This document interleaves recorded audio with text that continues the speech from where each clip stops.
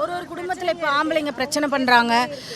அப்பா கிட்ட போய் குழந்தைங்க இதை வாங்கி கொடுன்னு கேட்க முடியாத சூழ்நிலைலாம் நிறைய பேருக்கு இருக்கும். அப்போ அம்மா இதை வாங்கி கொடுங்க அதை வாங்கி கொடுங்கன்னு சொல்லி கேட்பாங்க. அப்போ எங்களுக்கு அது அந்த காசை எடுத்து நாங்கள் எங்கள் குழந்தைங்களுக்கு செலவு பண்ணது ரொம்ப ஒரு ஹாப்பி, ரொம்ப ஒரு சந்தோஷம். அது ரொம்ப முக்கியமான ஒரு விஷயம் அது.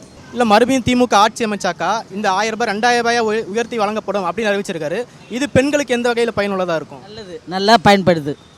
ஏதோ ஒரு சலுகை ஆகுது, ஒரு கஷ்டத்துக்கு உபயோகம் ஆகுது, சம்பளம் மாதிரி வருது. அது அப்புறம் என்ன, முன்னாடி 1000 ரூபாய் கொடுத்தாங்க, இப்போ 1200 கொடுறாங்க. அது எங்கள் வீட்டுக்கார் போயிட்டு உடனே இந்த 4 வருஷமாக வாங்குறேன், 1 வருஷம் வாங்கலை, 4 வருஷமாக வாங்குறேன். இதை பற்றி என்ன கருத்துனா, இந்த 1200 போட்டது இல்லாமல் எங்களுக்கு பஸ் சார்ஜெலாம் எங்களுக்கு ரொம்ப ஃப்ரீயாக இருக்குது. எங்களுக்கு பஸ் சார்ஜே வந்து 1500 ரூபாய்க்கு ஆகிடும். நாங்கள் பூ கடைக்கு போகிறதுக்கு வரத்துக்கு எங்களுக்கு வண்டி சார்ஜ் எல்லாமே ஃப்ரீயாக விட்டுருக்காரு. அது ரொம்ப சந்தோஷம் எங்களுக்கு.